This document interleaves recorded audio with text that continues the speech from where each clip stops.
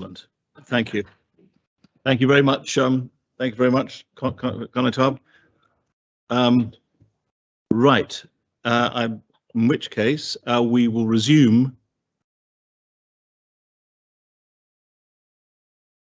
Okay. Well, I am now. I now apparently have a corruption problem. If I'm looking directly at the, if I'm looking directly at the screen in front of me, it's saying the playback was aborted due to a corruption problem. Sorry. Oh yes. Right. I really don't think you should be saying that, sir. No, it's all right. I was deliberately being slightly, although it is what it says. Now, is this? That's the chat for this one. All right, excellent. Let's see if I can. I just had a question. Do you like the Teams app? I'm not going to answer that immediately. Yes, I appear to be there. If there's meant to be a picture of me on it, then I appear to be there. Yes, very well. Then apologise for all of that slight confusion. Does any other member wish to speak on the amendment? Deputy St Peter. Thank you, sir. I'll kick off the evening session. In my former life, when I was a salesman, there was an adage that pay plan drives behaviour, or the way you worked towards getting your commission drove your behaviour. And I think that's true in many walks of life, especially here. So what does that actually mean? Will this scare the horses if it's adopted? Who knows? But I think probably not. Will it leave a bad taste in those who have made major commitments to come to this island, knowing how much tax that they will pay? And that's both 2-1Es and licensed as well. Who knows? Who knows? But probably. Will that damage our reputation? I would suggest yes, a bit. But will it make it easy to attract and retain talent, both local talent and bringing in the talent we need? And I'm not going to go apart from to say that Senator Gorst's speech summed it up. Our future depends on the brightest and the best talent coming from our own stock and coming into this island to improve the productivity that we deliver in order to raise the taxes and pay for the services we have to do. But one thing I will know, it will send a rush down to all the tax accountants in St Helier, because they will immediately be advising their clients on how to reduce the income that they declare, whereby they reduce their taxable income, they will reduce their social security if they're of an age, and their long-term care fund. That is what actually will happen in reality. And I think we just have to be cognizant of that, that the taxes that are suggested that will be raised, or the funds that will be raised, will be considerably less than that because of the behaviour that this will drive. Thank you. Very much. Deputy, does any other member wish to speak on the amendment? No other member wishes to speak? Deputy Pinnell. Thank you, sir. In addressing directly this amendment, removing earnings levels and caps in our social security system will begin definitively to break the relationship between an employer's or an individual's contributions to these funds and the level of contributory benefits which might be received. Our social security system is essentially based on that conceived in the UK by William Beveridge 80 years ago. I am not, as I hope members are well aware, averse to challenging century-year-old concepts. So perhaps it is time to do away with our system of social security contributions and fund our welfare system from taxation, hypothecated to the funds or not. To my mind, this is what Senator Mezek's Amendment 12, if approved, begins to achieve by removing the cap on employees' long-term care contributions and the cap on employers' social security contributions. Our contribution system will gradually cease to have the character of social insurance, referred to by several speakers previously, and simply become general taxation. This is my concern as Treasury and Resources Minister. Amendment 12 effectively has the character of a general tax rise. In the case of long-term care contribution, it is a direct increase in the standard rate of taxation from 20% to 21.5%. And I do agree with what the Deputy of Grouville said earlier. This is not a good time to increase taxes. And also in answer to Deputy Tadier, the distinction between the average charge, which is long-term care, as opposed to tax. Long-term care is a charge because it's ring-fenced, not a tax, as it does not go into general tax revenue. So what the impact will this change have on the taxpayers with the highest incomes? Those earning in excess of £250,000 who contribute around 20% of our personal income tax receipts. Do we need to keep them in Jersey and encourage others? The reality is that we are in competition with other jurisdictions, both for new business and to retain existing business. We rely heavily on the personal income tax and contributions already paid by high-earning people. I do believe that taking this fundamental leap in social and fiscal policy without a clear understanding of its wider economic impact is reckless. I have other points. The cap was only recently increased very significantly, as the Social Security Minister mentioned earlier, and currently stands at £252,000 a year for 2020. At the time of this increase, it was regarded as being at the very limit of what could be done without impacting our international competitiveness. New businesses considering moving to a new jurisdiction take account not only of corporate tax levels and wage bill costs, such as the employer's social security contributions, but of personal income tax levels and contributions which will be faced by their employees. I should also comment on what revenue will be raised by this proposal. Senator Mezek's report says it will raise an additional £7 million of social security revenue and £8.5 million of long-term care revenue. But these figures are predicated on this proposal not impacting taxpayer behaviour. The fundamental point, though, is we simply cannot know how significant changes in contributions or tax rates might affect behaviour, particularly in the longer run. What can be said is the proposal affects a relatively small number of highly remunerated but also highly mobile individuals and high-earning businesses dependent on highly remunerated employees. I do not necessarily share the Senator's confidence that highly financially literate businesses and individuals will not change their behaviours in response to any material step change in their business costs and personal taxation. Neither does this amendment make funds available for general expenditure. Additional social security and long-term care revenues are, of course, hypothecated to their respective funds. Finally, I draw your attention to the comments of the Fiscal Policy Panel under the heading Short and Medium-Term Tax Revenue. Our advisors say the economy is still recovering and that revenue-raising steps impose a burden and are not appropriate at present. Thank you, sir, and I urge the Assembly to reject this amendment. Thank you. Thank you, Deputy. Senator Farnham. Thank you, sir. And actually, the Treasury Minister has said a lot of what I was going to say and hit the nail very much on the head, not least because of the timing of the introduction of this. On behalf of my own department, we, as members will know, run the inward investment and high value residency schemes, which are small but very high yielding schemes for the island.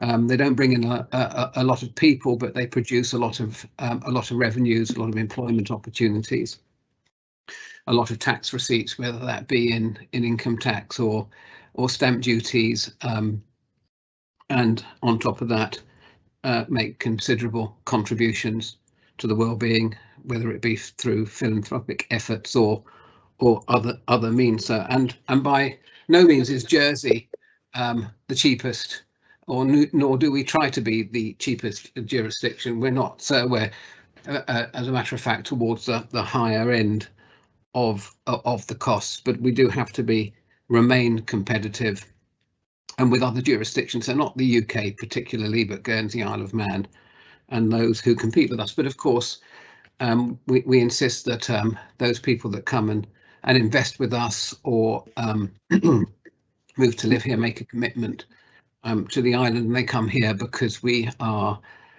safe and fiscally stable and politically stable, and we have good education, good health, and we're a very desirable place to live. That's first and foremost. And whilst talking about costs, there will certainly be a limit. And if we look at the terms in which some of those programs work, charging an extra 2.5% over and above the current thresholds, and 1.5% on long-term care makes considerable a difference to the overall tax paid. And actually what we're doing now in the department and with the Housing and Work Advisory Group is we're continuously fine-tuning and improving those schemes to produce more revenues, to perhaps make sure we limit the numbers, we don't exceed, we don't get too many people in. We're making sure we're having low, we're not impacting negatively on certain markets and housing markets. And we're currently working on raising the bar for these schemes, which are important to us. So I just wanted to make that point, and to bring this on now. So I think we'll throw all of that into a little bit of a disarray. And whilst I think it's better, sir, to get quite a good return from some resident. That's far better than getting a lower revenue from few residents. I think what I'm trying to say is, if we do this, we're actually going to be turning down over a period of time the income from these high yielding schemes that we're managing, and have taken years, if not decades, to get to this level. So we could get more income, or how can I say it clearly? It's late in the day. It's better to get a good income from more people than a higher income from less people, which will reduce the overall revenue. Now, we haven't done the work on that, but I know from working with these schemes for a period of time, once we introduce these sort of levels, it will have a detrimental impact, and by default we could actually end up reducing the overall revenues. So whilst I understand the rationale behind it, we are working to raise the bar and change the policies in these fields, so we are gradually increasing the income and reducing the size of the scheme. So I'm sorry if that didn't make totally. I hope I've explained it properly. So, but I would urge extreme caution. Refer back to what the Treasury Minister said.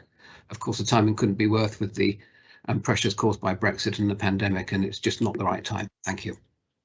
Thank you very much. Senator Deputy Morell. Thank you, sir. I just very quickly want to say I'm pleased to have supported the rises in the Social Security contributions in the past, and I would love to support this one. I'm afraid, Senator Mesek, I won't be this time. Yeah, exactly. I wanted to avoid the but. I won't be this time, and the reason is simple. And I have no problem with the idea of no cap being on Social Security contributions. I don't accept the Treasury Minister's argument about the nature of the Social Security contribution looking like a tax if it doesn't have a cap on it. And the reason for that is because the money raised goes into the Social Security fund. So it's clearly still Social Security and therefore part of the insurance that we all benefit from in that respect. So I don't think that argument holds water. I'm afraid I didn't fully understand what Senator Farnham was saying, but I did understand one part, and at the very end he mentioned the pandemic and Brexit, and it's not directly them, but over the past 2 years and ongoing, businesses in Jersey have been hit enormously, and they have been hit in many different ways, most clearly by the pandemic, also by Brexit. Some of them are suffering hugely. Also, though, from various regulations and changes to the way businesses are allowed to operate in the island that we have, as lawmakers, thrown upon them, some of them with consultation, some of them without. And it is precisely that lack of consultation that is, for me, the issue here. Because it is not just the employer who will be paying the contributions. That's the bit I'm perfectly satisfied with. It's not just the employee who will be paying contributions. I'm perfectly satisfied with that. It's the employer. And so we would be adding a cost, a significant cost to some businesses. And there is an argument to say, well, they can probably afford it. That may be the case if they're paying their staff £300,000+ a year.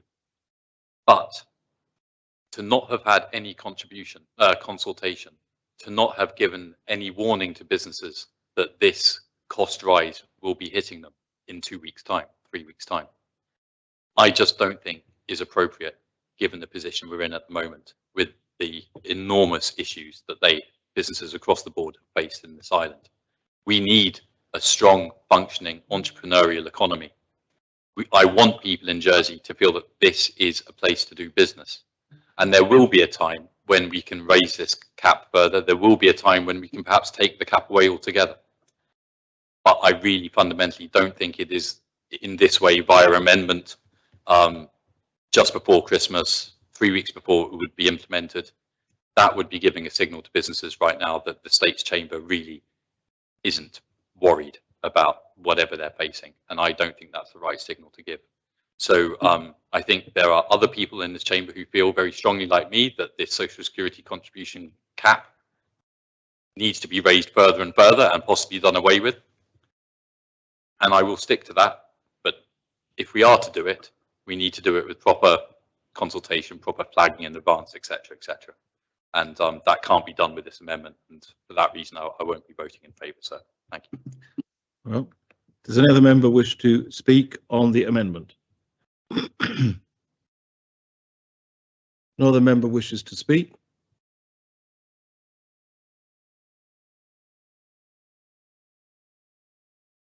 Deputy Ash. Thank you, sir. And Deputy Ash, could I ask you to pause a second? Deputy Taddy, you have a point of order? Oh, just before the vote you want to take it taken, is that right? Deputy Taddy? Sorry, sir, can you hear me now? Yes. Yes. Thank you, sir. It's just to ask if there are members in the Assembly who might be affected by this change if they themselves earn over £250,000 or whatever the limit is per year. Should they be declaring an interest? Well, I suppose it depends if it affects their if it only affects employer contribution or employee contribution, which seems to have been mentioned. But it's for members to consider whether they have a direct financial interest. Thank you very much, Deputy. Deputy Ash. Thank you, sir. No, a valid point from Deputy Taddy, sir. I won't be long, but I was challenged to an extent by Deputy Mezek to produce a couple of answers. So, and I was going to start by saying I'd like to address a couple of lies that have been abounding, but that lies are slightly strong. Well, so I will go with, they're not slightly strong. They are absolutely unparliamentary, Deputy. Exactly, sir. So if you are going to suggest anyone in the Assembly has lied, no, well, that's not an acceptable parliamentary. So, would you firstly withdraw any reference to lies? I will withdraw reference to lies. So, as I said, I was going to start with that, but I was going to go with slight distortions of the truth, which is what I was going to say. Is that sorry? That is simply a different way of saying lies. Okay. Deputy, you can say certainly mistakes or inadvertent errors or something of that nature. But if you are suggesting that members have deliberately distorted the truth, that's the equivalent of saying they're liars, and I'm afraid that's not parliamentary and I can't permit it. I fully respect your judgment, sir. I shall withdraw any reference to that, and I will say that I merely wish to make a couple of points, sir, which I trust is that I think is almost certainly parliamentary, yes. Excellent. Many people, sir, and Deputy Nizick said he wanted to hear from the Alliance Party and the Alliance Party view on this issue. The Alliance Party view on this issue is it's a free vote for anybody within the Alliance, as it has been on every single vote within this Assembly since we formed the party, because we do not operate a whip system, whether we will in future, but we will not in this, because we are acting as independents. So that is the Alliance view. As for our future policies, sir, we will be having a full disclosure in February, which I'm sure he will look forward to. And he will know, sir, that as you say to young children around this time of year, all good things come to those who wait. So the other thing we have had put around, sir, is that these policies are Jersey Alliance Party led. We've heard a lot of that, sir, in the Assembly. I think you'd agree. Last count about 15 times it's been mentioned. Now, the point I would make on that, sir, is that every minister in this Council of Ministers, with the possible exception of, I think, the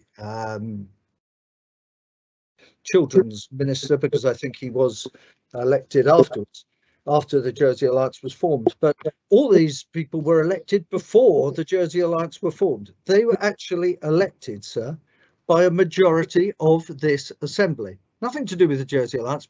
The Council of Ministers was elected by a majority of this Assembly. If you then look at how many Jersey Alliance members... Point of order. I'm afraid there's a point of order raised. I don't see how the speech is relevant to the topic we're debating, sir. Well, I mean, I have to allow a certain amount of leeway, because it has been suggested that these are all alliance-led policies, and that's simply being met by a response in the debate. If it's wrong to say it now, it was wrong to say it then. And so I will give Deputy Ash some leeway before we come more into focus. Thank you, sir. I won't be long on this issue because I have other issues to move on to. But a simple mathematics will show, sir, that Jersey Alliance members number 10 in this Assembly, which means if my maths are correct, there are 39 other members, and we are outnumbered by nearly 4 to 1, which means that either, like Millwall Football Club, sir, we punch well above our weight and are very intimidating, or the rest of the Assembly are exceptionally ineffective, which I do not believe. So I would, as I say, completely refute any allegations that this has been Jersey Alliance led. It is led by this Assembly, as every policy has been since this Assembly was formed, in my opinion.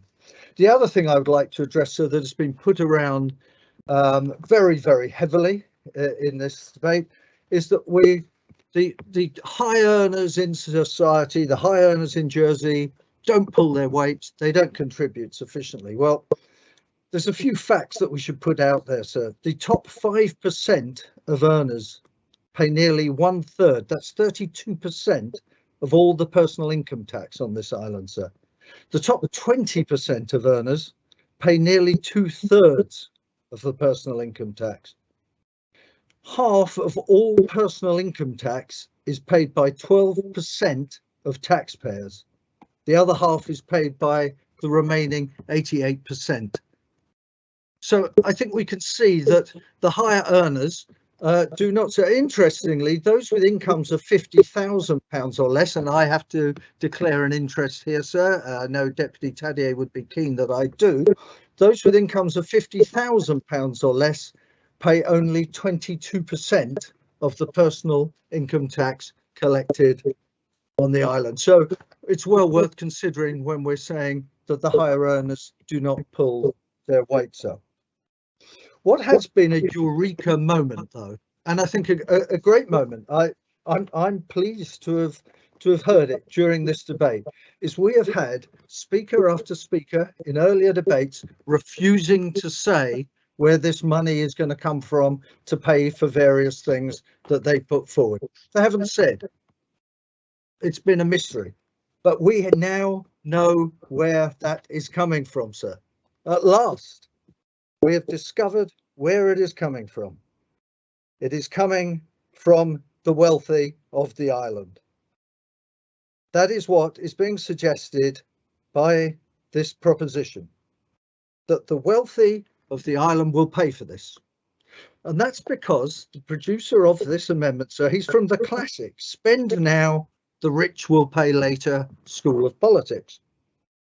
And that's fine. In many ways, that's fine.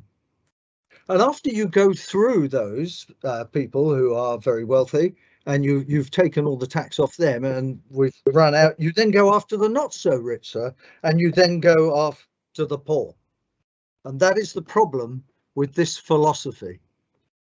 You cannot keep taxing people and then you slide away. It happens time and time again. And I know Deputy Southern earlier on criticised me for mentioning or abiding by a Margaret Thatcherism of looking after the finances, and I was never been a Thatcherite, sir, but I would quote from one of her problems. Her problem with socialism is eventually you run out of other people's money.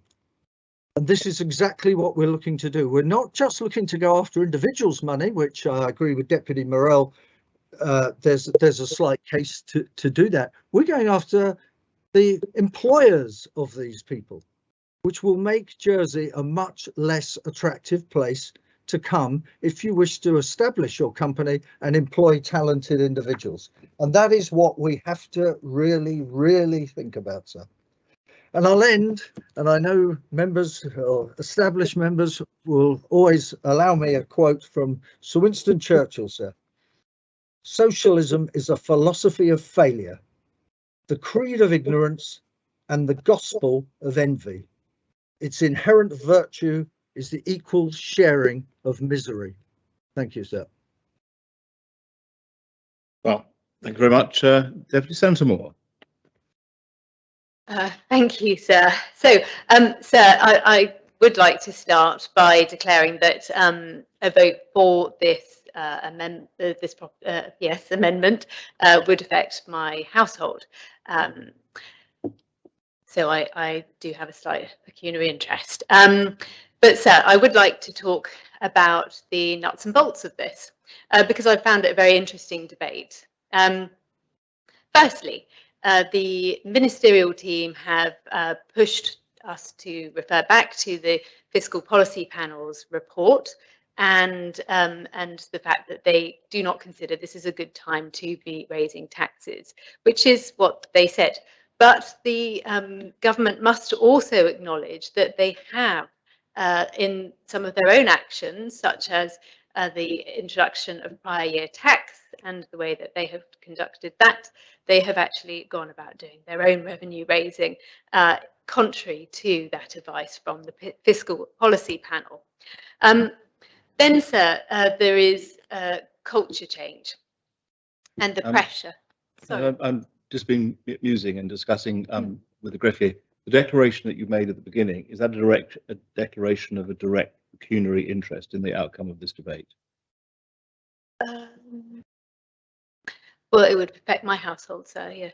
Well, if it would affect, I think, a member or the member's spouse, then I think rules, if it is direct pecuniary benefit, then I think the rules dictate that you can't take any further. Sir, I will withdraw, in the debate. Of course, yeah. Yeah. Well. Yes, please. So a point of order, I guess, following that, is it worth taking an opportunity to allow any other member who is in the same position to be absolutely clear on that? I think it's perhaps less important if it doesn't require a member to withdraw, but if they are required to withdraw, there should really be an opportunity for any other member who is affected in that way to declare it and withdraw now. Yes, I'm working on the assumption that if someone is able to point to a spousal or personal income of in excess of the figure that's been mentioned, then then that may well amount to a direct pecuniary interest. And members will have heard it's been said, and it's a matter for individual members to consider whether or not that standing order applies to them. Senator Moore has quite clearly said that it does apply to her, and she is entirely right to do so in those circumstances. It's a matter for other members to make any declaration that they think of as appropriate. So can you remind us what the figure is? Thank you. £250,000. Or sorry, above £250,000. Thank you, sir. Very well. Does any other member wish to speak? Point of clarification, were you asking for in what respect? No, so if I may, if I understood that that ruling, it means that those members that are earning over 200 or whose spouses earn over 250,000 a year approximately have an interest, but those of us that have less than that don't.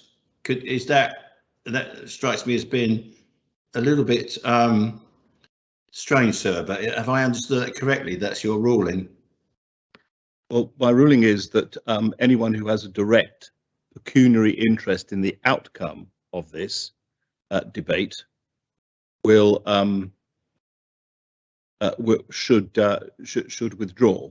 A direct pecuniary interest will be an interest that is not shared by a large number of individuals, and it will be an interest that and it seems to me that if anyone has an income of above £250,000 as a household income, a self and spouse, I believe, I think the right thing for me to do at this point is to make sure I've got the standing order entirely correct in my head. So if you will wait for it for a moment or two. Sir, apologies, whilst you're just contemplating matters. The only reason I just raised the query is I know on taxation matters, usually there's a declaration, but because it affects a wider group of people, obviously this is a very targeted measure, so maybe that affects the ruling, but I just raised that point, sir. Yes, generally that's because it's shared by a large number of people, and I think the theory here is that it's probably not shared by a large number of people, but that depends rather what a large number of people I think might be. So 106, Standing Order 106, a member of the states who has or whose spouse or civil partner or cohabitee has an interest in the subject matter of a proposition must, if it is a direct financial interest, declare the interest and withdraw from the chamber for the duration of the debate and any vote on the proposition. If it's not a direct financial, well, these things don't apply. So it seems to me that is the appropriate standing order to apply, and that's the definition that individuals should consider. And so I think if one has an income of less, to the extent that some financial burdens may be shared to one's benefit, that is not a direct pecuniary interest. I think it's if one is affected by the proposition itself, that is a direct pecuniary interest. I'm not sure if I can help you further than that, Deputy Young. So sorry to ask for this, but we've just decided to introduce independent taxation, and that means that those people that are high earners are very much likely to have opted for individual taxation, and so individually they may well be under the 250,000, but there might be a prospect, sir, that with their spouses that would come over. So I'm a little bit worried about this, that this is really difficult. I don't know, sir. I'm just really worried about this as a principal, sir. Well, I'm not sure what to do about your worry, Deputy Young. You may be worried about it as a principal, but all I can do is apply standing orders, I'm afraid, and the standing orders say what they say. I can't reinvent them, and that's the standing order that has to apply, I think, in the circumstances. Thank you, sir. Thank you. So I haven't.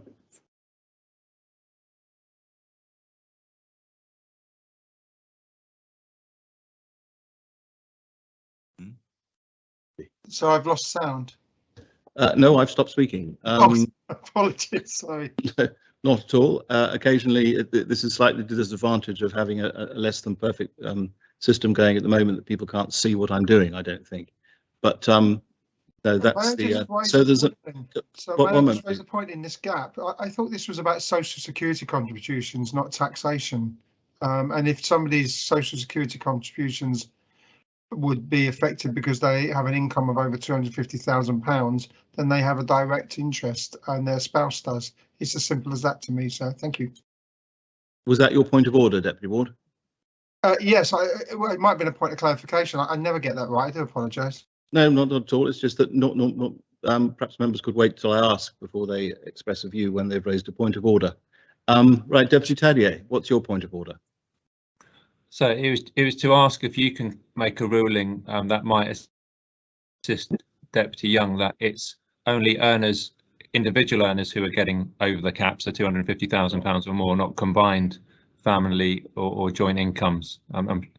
If that's your understanding, sir, because that's what we're debating. My understanding of the standing order is that it doesn't apply to joint incomes. It applies to individual incomes. So if you or your spouse or civil partner, taking them all individually, are affected or may be affected, then the standing order applies. Now, carrying on down, Deputy Guida, you have a point of order? Yes, sir.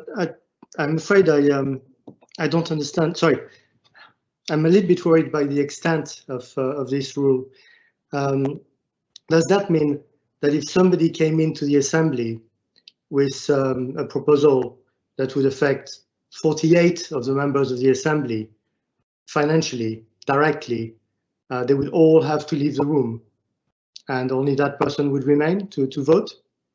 No, that's not what it means in my judgment, Deputy, because that will be an interest that's shared by a large number of individuals if it affects most of the members of the Assembly. This is something that that I'm not sure is shared by a large number of individuals in that sense, and therefore it is appropriate, in my judgment, for people to make a declaration. I have another question. Wouldn't this affect the representativity of the Assembly to make a vote that is representative of the whole island if you skim off a part of it? Well, the position is that that is what would apply potentially for any of interest which caused people to have to step out. It means that that part of the Assembly which was affected by it could no longer participate. That is what the standing order says. It's not a. I mean, you indicated earlier that that you wish to make a declaration, Deputy Guido. Is that something that, in the light of what you've now heard, you still wish to do? Oh, absolutely. Well, yes. I mean, I'm not going to lie, sir. Of course. Very well. Well, then you wish to make a declaration that you are. And sorry, the discussion, I agree 100%. I'm a little bit worried about this being voted by people who are not affected. It's so easy to then bring propositions that really affect other people and then exclude them from the debate and the vote.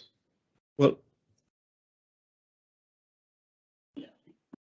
yes. I mean, it may be that there is a concern that you wish to raise, and you could raise it with PPC, Deputy Guida, but the fact is I have to apply standing orders as they presently are.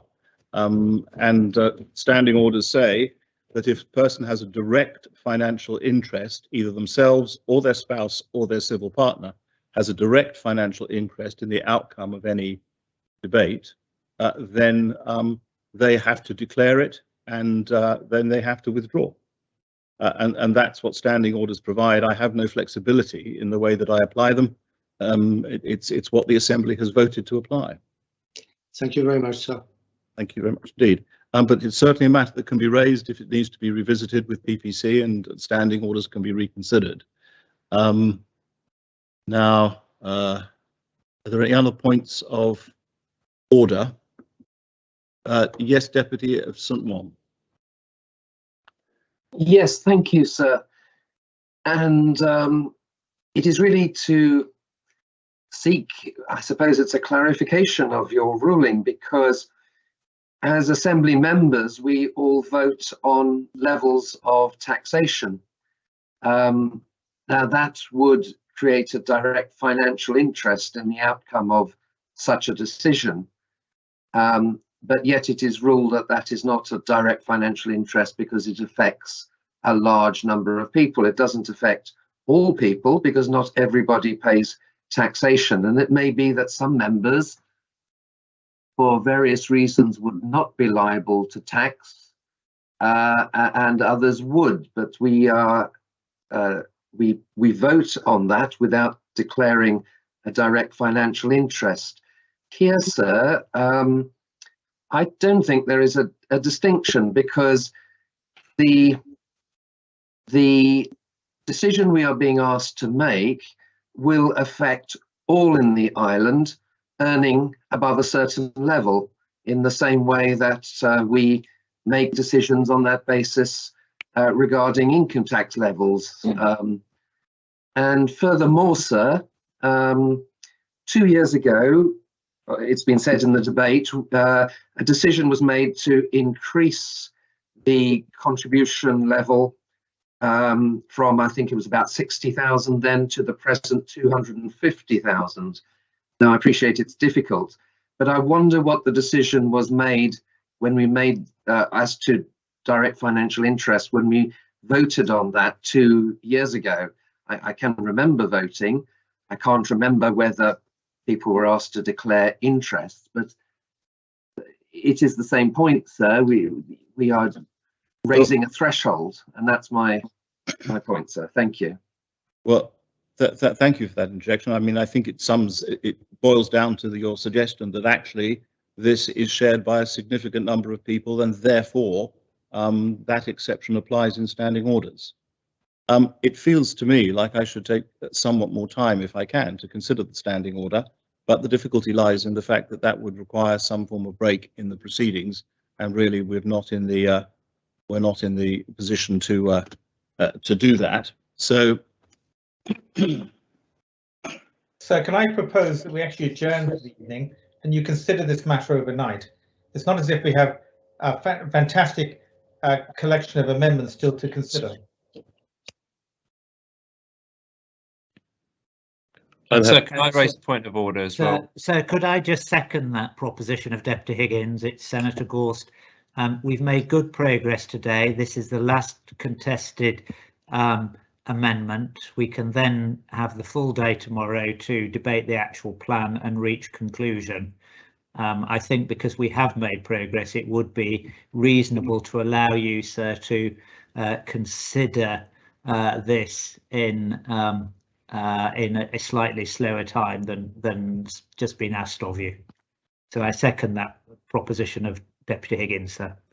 Very well, thank you very much. Well, there is a proposition that we should adjourn now to enable me to consider the standing order. I think the base on which I have to consider it is whether or not this applies to a large number of individuals, but I have to consider it properly, it seems to me, and a large number seem to be indicating that they agree with that course, but maybe not all. I'm just, excuse me a moment. Deputy Alves asks, do we need to know how many people might be conflicted in order to know whether enough people, in order to know how many people might have to withdraw? And there's a proposition that we adjourn now. That has been seconded by Senator Gorst. It's a proposition that the Assembly is entitled to take. Therefore, does anyone wish to speak on that particular proposition? Conataba St. Wands, did you wish to speak on that? Yes, sir. Very well, I call on you to speak on that. Thank you. Okay, from my point of view, there seems to be, I think, with the greatest respect to everyone, we're making a lot of this. To me, it seems relatively simple, and Senator Moore has made the right declaration. This conflict of interest, or this only affects those people who earn over £250,000 and who pay Social Security in Jersey, and therefore, as if this proposition is adopted, would see an increase in their rates. So they have a direct financial interest in this, and as such, it's entirely right that they make that declaration. I can't see how it would affect anyone else, because as you pointed out quite rightly, sir, everyone else would not be affected, and income tax is a a burden in common. So and much like the landlords debate, those of us who declared our interests as landlords, it affected quite a large number of us, and we were permitted to remain in the debate because it affected a large number of the Assembly. But this particular instance, and Senator Moore was entirely right to make that declaration, affects just a small number of people who have a direct financial interest in the debate, and quite rightly you asked her to withdraw, sir. For that,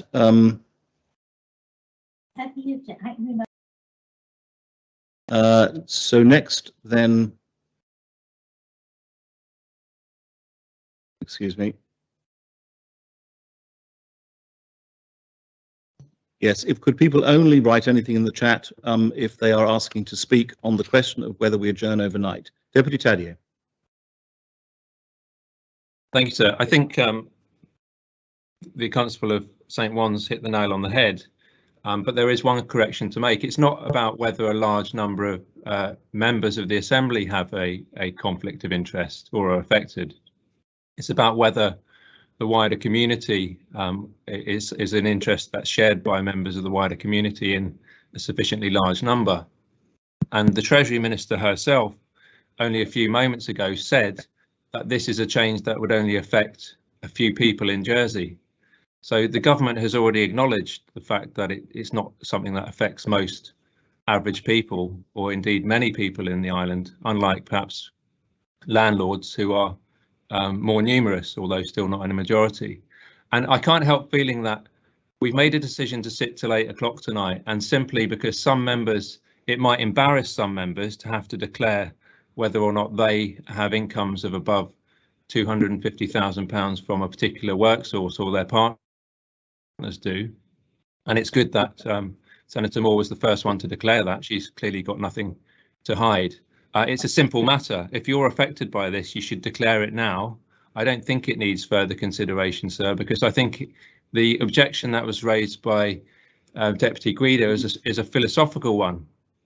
For example, should anybody be excluded from representing constituents in the Assembly? But the standing orders are as they are, sir, and it's not for us to try and change certain standing orders that we don't like. And I'm reminded of the saying that when the gentlemen of England start losing the game, they want to change the rules, sir. And I think this is an exact example of what we have here. Very simply, sir, I'd ask members to declare their interests and for them to withdraw as they should be doing on their honour, sir, and for us to continue with this debate. Well, Deputy Ward. Oh, beg your pardon. Thank you, sir. Sorry, can I just stop? I'm not sure you're next to be called. Deputy Young, do you wish to speak yes, on I this? would like to speak on this. I think members may see this as a bit of a nuisance, really, but I think your ruling is very important, not just for this item, but all sorts of future items. And I think it raises 2 points. Yes, I understand your ruling that you applied to a raw standing order, but I think one element would be necessary. Is it that if you like, that interest would be negative, have negative effects on the person, or positive? Because I think it must be reasonable for a member to make a personal decision, but notwithstanding that fall within that category, that they would still wish to go ahead and express a view which would be to their detriment. So I think it's right that you have time to consider that, sir, because it's pretty complex, because it won't just affect this debate, but I think lots of others. And so I know it's inconvenient to suggest that we break now after having decided, but I think, you know, it is quite a significant issue. It's wider than just this one proposition. So I would support the giving you time to clarify that ruling, sir, of how that standing order is interpreted, of what is an interest. Does it have to be in favour or against the member? Thank you, sir. Thanks very much indeed. Deputy Martin. Yes, thank you, sir.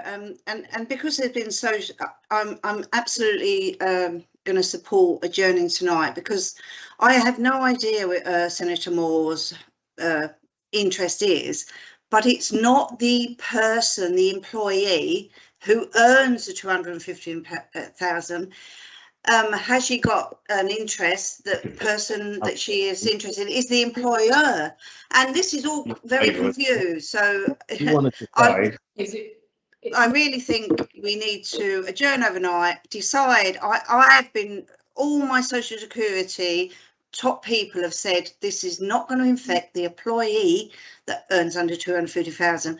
So it's that just brings something else into it that you may need to consider, sir. Is it an interest if you've got a partner who earns that money, but they don't employ anybody who earns that money because it won't affect them? Thank you. Well, I think on the face of the proposition, it applies to people who earn that sum or higher than that sum. And I realise it's been said that it applies to employers only, but on the face of the proposition, and it might need to be explained, it appears to apply to people who earn above that sum. And that's certainly how I have read it. Deputy Ward. Thank you, sir. And may I say, I think your ruling was absolutely clear. I don't understand the problem. If you earn over £250,000, you could benefit from voting against this so that you don't have to pay any more social security. That's an interest. The standing orders are very clear on that. And therefore, that's what we need to do. And I do believe very strongly that we have to have declarations tonight so that we know how many people this affects, so that you can make a ruling. But also the irony of us stopping early over something like this when we were planning to go to 8 o'clock, regardless of the impact on others, it just stuns me. So I don't think we should adjourn. I think your ruling is clear, very, very clear. People just need to show their interest. I get it. Don't know why others don't. Thank you, sir. Very much, Deputy Wickenden. Thank you, sir. I'm in full agreement with what Deputy Ward said. I think the ruling was quite clear. It was quite fair. It was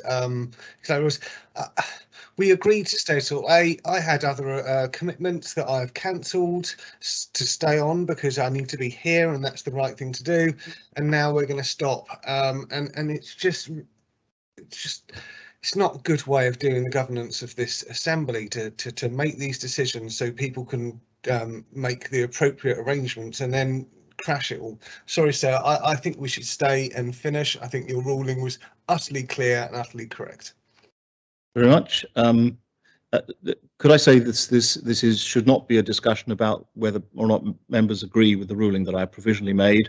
That's a matter ultimately for me, but it is about whether there should be an adjournment so that I can consider the points that have been raised in discussion in the Assembly. That's a matter for this discussion. Deputy Ash. Oh, beg your pardon. No, you just asked for the vote. Senator Farnham. Thank you, sir. I simply wanted to ask whether you required time to consider this, in which case it would be sensible to adjourn. If you don't require time, sir, then obviously it wouldn't. That's all I wanted to ask confirmation of. Thank you.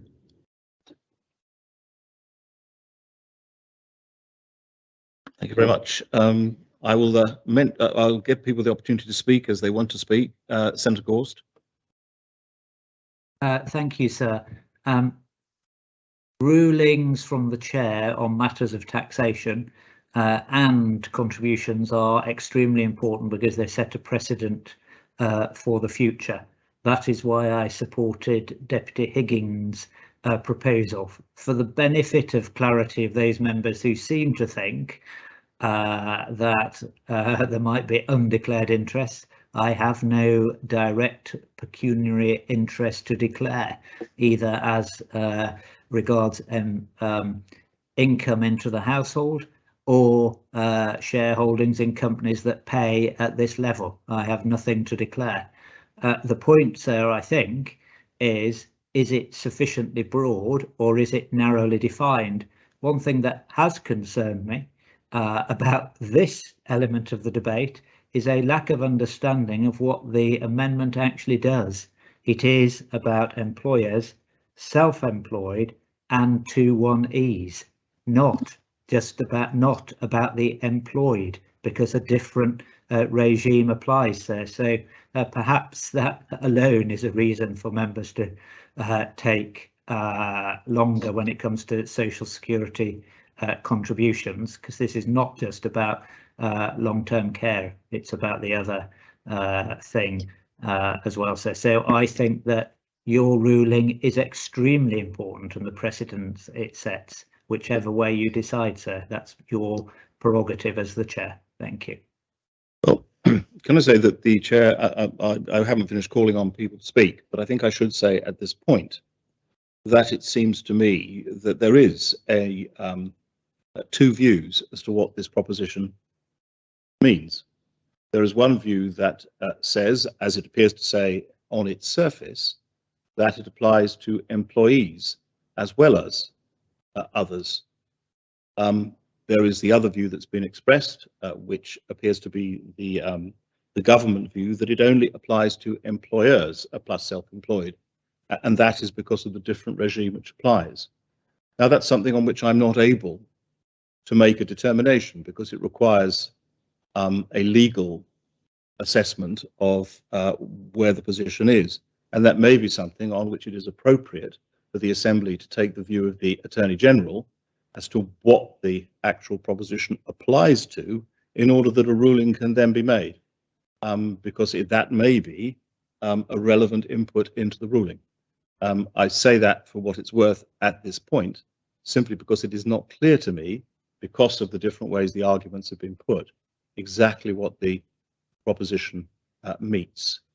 And it doesn't seem to me that anyone has, other than asserting their position, explained why they take the view that it has the ambit that it does.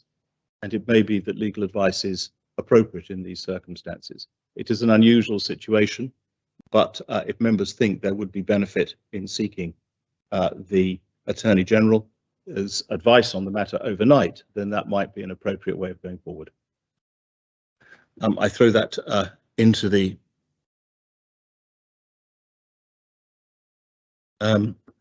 Deputy Taddy. No, anyone can vote on the adjournment question, but there is no conflict. It's not a direct pecuniary advantage. Next to speak, Deputy Morell. Did you wish to speak? Thank you, sir. And I apologise to the Assembly because I think this is rather an embarrassing situation the Assembly's got itself into here, sir. I think we voted this morning to stay till 8 o'clock. I believe we should therefore stay till 8 o'clock. I believe the ruling you made makes complete sense. It's not difficult to understand. I believe this interpretation that you have just outlined, sir, is an unnecessary. It's not necessary for us to find that interpretation. The ruling you made just makes sense. Are you, as a family, as a household, would increasing the Social Security threshold above £250,000, would it affect you as a family, as a household? If not, stay here. If it does, then please withdraw. It's very simple. And I frankly am quite embarrassed by the Assembly when it gets itself into these knots. And we should stay here till 8 o'clock because that's what we voted on. Thank you, sir.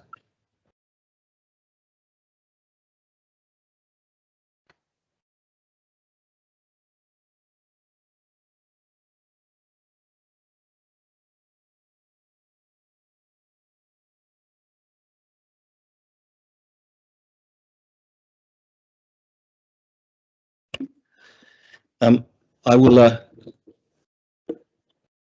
continue to allow people to have their say. The graphic has raised an issue with me, which I will need to take 5 minutes to consider, and I'll need to step out for those purposes, I'm afraid, so that I can gain a clearer understanding. But I think it may be of assistance if we just heard people to speak as they go. Very well. Deputy Hegarty, I think. Thank you, sir. I'm quite clear in relation to the threshold in relation to Social Security, but what I just wanted to clarify, because I'm obviously not an expert in this field, that some of both mine and my husband's income is that of pension, which does not obviously come under the Social Security contributions monthly earnings higher end, but it then talks about this proposal would also require people with income above 252360 to pay an extra 1.5 long-term care contribution. Now, can we verify whether this is linked to the Social Security element or not? Because that is significantly different to where I would be as to whether I would have to declare an interest, sir. Thank you very much. Deputy Higgins.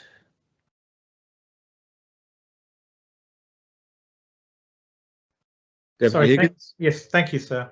Can I just explain? We've got ourselves into a knot here. We're getting into all sort of views and everything else. We may, as Deputy Morell said, agree to stay till 8 o'clock. I think it would calm things down, clarify the situation. If we could give the bailiff the time, which he's under great pressure to make decisions at the moment, which I don't think is fair, to go away and come back first thing in the morning with a ruling, and we can proceed. And I'm sure we'll get through all the business tomorrow. That's all I want to say. Thank you, sir. Thank you very much indeed. Point of order, Deputy Tadier. So the point of order is that, is it not the case in the Code of Conduct, sir, that it's up to members on their conscience to decide whether or not there's a potential conflict and then to resolve that conflict in the public interest? And also that we don't need an adjournment, sir, to know whether or not you earn over £250,000 a year, or your spouse or cohabitee does, sir. These are things which can be declared now, and I think should be. And then even if we do agree to adjourn, sir, so you can consider the matter more widely, that declaration should be made now, because members are in a position to say whether they are affected. It's just a case of whether it's direct or indirect, sir. Is that a fair representation of the situation? Well, it's not technically a point of order, Deputy, because it doesn't require a ruling from the chair, but I will take that on board when I express the view that I will shortly perhaps express. Deputy Labby. So this isn't an embarrassment for the Assembly. It's a problem, a knotty problem that crops up from time to time after Senator Moore had the good grace to declare an interest. I think your suggestion that you retire for 5 minutes is a perfectly acceptable one, and I think we should allow you to do that and then see where we are from that point, sir. Thank you. Thank you very much. Deputy Senator Valois. Yes, just briefly following on from Deputy Labby, who made quite a considerate response.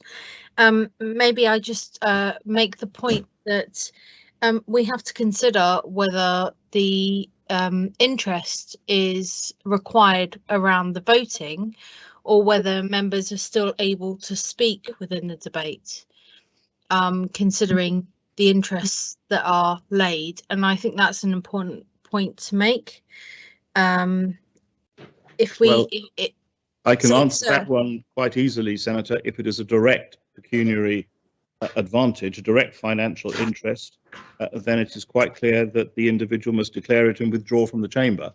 So they can't speak on it either, if that was your question. It's a question. Yes, so may I ask then a point of order to yourself? Yes.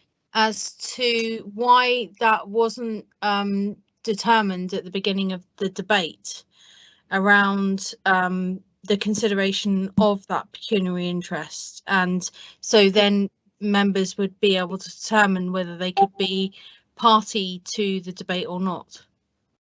Well, the answer is it wasn't raised before me, and I'm afraid I didn't think to raise it myself. Okay, thank you, sir. And also, as the right point, it is a member's responsibility to declare a conflict of interest.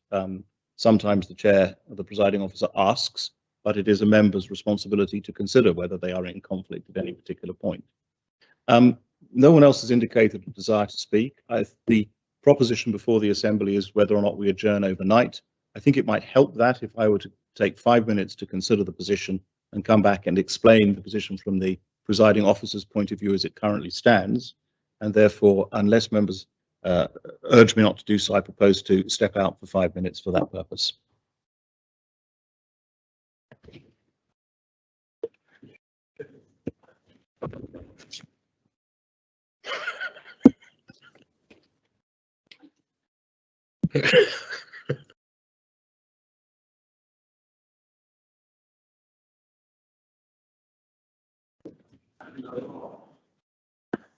Whoever's got that lab sounds like Motley.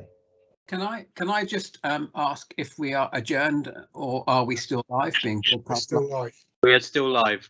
Okay, I'm going to remind members. Thank you. You might want to say something for those listening on the radio, Lyndon. Well, I'd just like to wish everybody a very happy and peaceful Christmas and take this opportunity. Thank you, Monty. You could give us a song, Lyndon. I can never top your efforts, John, I'm afraid. If you give me a minute, I'll get the accordion out. You beat me to the punch. I was just going to suggest that. Fair us, Monty. I've always wanted a radio show, if I'm honest. Yeah, You've got the right place for it. Ooh. Sorry, Rob, couldn't resist that. I did I feature the line, to be honest. We've all sorry, if we are live, should we not all be quiet? Thank you. Agree. Who wants to be a millionaire?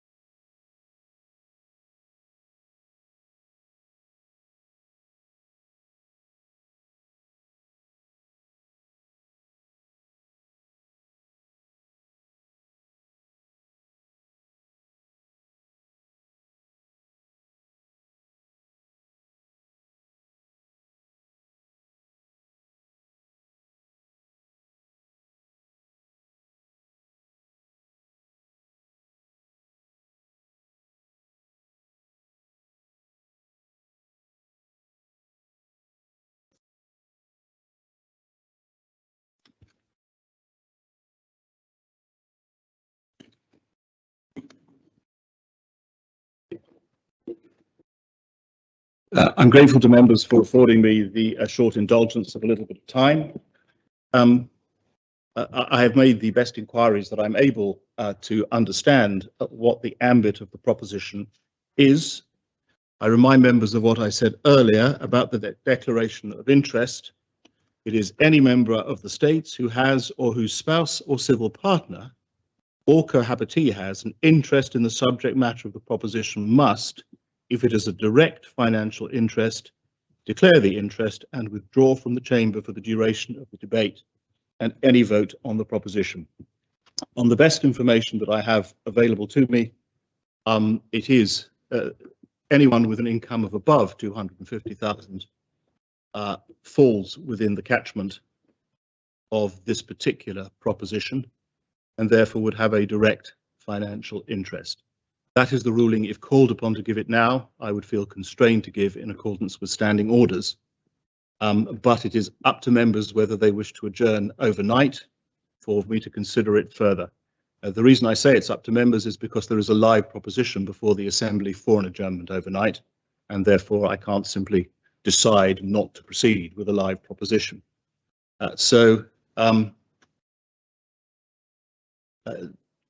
Deputy Young, you asked for clarification of that ruling? Yes, sir.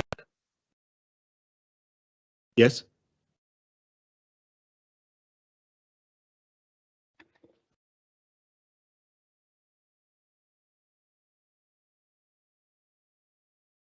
I'm afraid I can't hear you, Deputy Young. Deputy Tadier.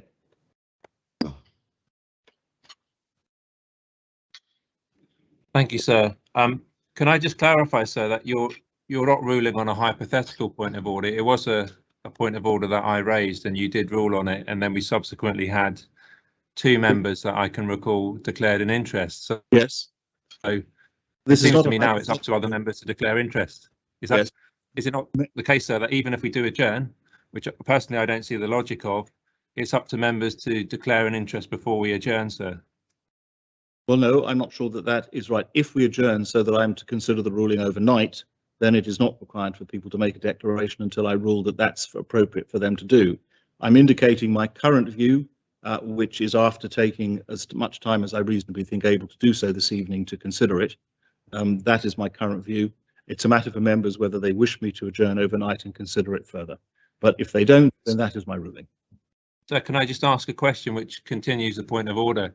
If we don't normally get the option to ask you to reconsider your other points of order overnight when you've given a clear ruling. So why are we not setting a precedent here about giving you an option? I'm not concerned about this being a precedent. I think this is an unusual set of circumstances, and I certainly would not normally require time to consider a ruling. I have firmed up on my ruling as much as I can, but there is a live matter before the Assembly, which is the question of an adjournment overnight. And I don't think that I can simply withdraw that proposition simply by giving a ruling now. I don't think that would be appropriate for me to do. Very well. What I would like to do, if members agree, is to proceed to the vote on whether or not we adjourn overnight. And then if we don't adjourn overnight, I've made my ruling and we can continue. If we do adjourn, then I will consider the ruling further overnight, and I will either confirm it in the morning or indicate that I've departed from it in some way. Sir, apologies. I was seeking a further point of clarification on your rulings, and apologies for extending this particular matter. At this stage, sir, would you be able to indicate to us whether the ability to consider it further overnight would have any significant bearing on your ruling, i.e. is there further information you'd be able to obtain or further deliberation you would prefer, sir? I am fairly settled in my view that it applies to anyone with an income of over 250,000, and I'm not sure that I'm likely to alter that view, Chief Minister. The point of consideration is whether there is anything in the interplay between that paragraph of the Declaration of Interest, part of the standing order, or the part under B, which is whether it's shared with a large class of persons. But that appears to me to be a circumstance where it's not a direct financial interest, and I'm not sure that I am likely to change my view But as I say, there is a live proposition before the Assembly. Thank you, sir. Very much. May I ask then that we put the matter to the vote? The vote is, do we adjourn overnight and continue? There's half an hour, a little over half an hour left before 8 o'clock in any event. Could I ask the greffier to place a vote into the link? A vote pour will adjourn the matter overnight. A vote contre will have us proceed for the remainder of the half hour or any other period that the Assembly agrees. Open the voting and ask members to vote.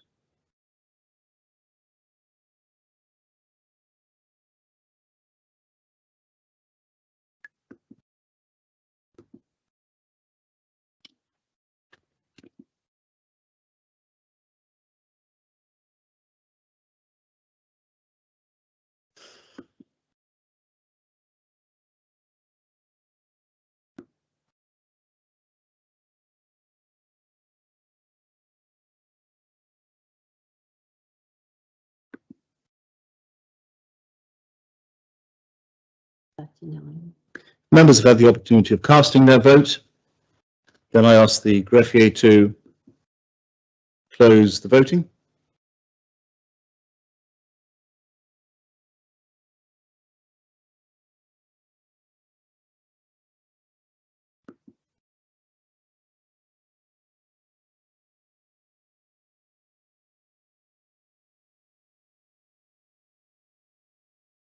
The vote to adjourn is passed. 21 votes pour, 19 votes contre, no abstention in the link, and a further 4 votes pour in the chat. I apologise for members to the extent that I'm the agent of this confusion, but I'm afraid that is the position that we are in the Assembly, and accordingly we stand adjourned until 9:30 tomorrow morning.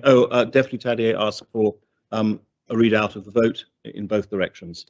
Those voting for in the chat, Senator Ferguson, Deputy Pinnell, Deputy Masson, Deputy Martin, and in the link, apologies, Deputy Ayer, Deputy Labbe, Deputy Lewis, Deputy of St Martin, the Connétable of St Helier, Senator Pallett, the Connétable of Trinity, Deputy Wickenden, the Connétable of St Martin, the Deputy of St Peter, the Connétable of St Clement, the Connétable of St Mary, Deputy Young, Senator Gorst, the Deputy of St Juan, and the Deputy of St John.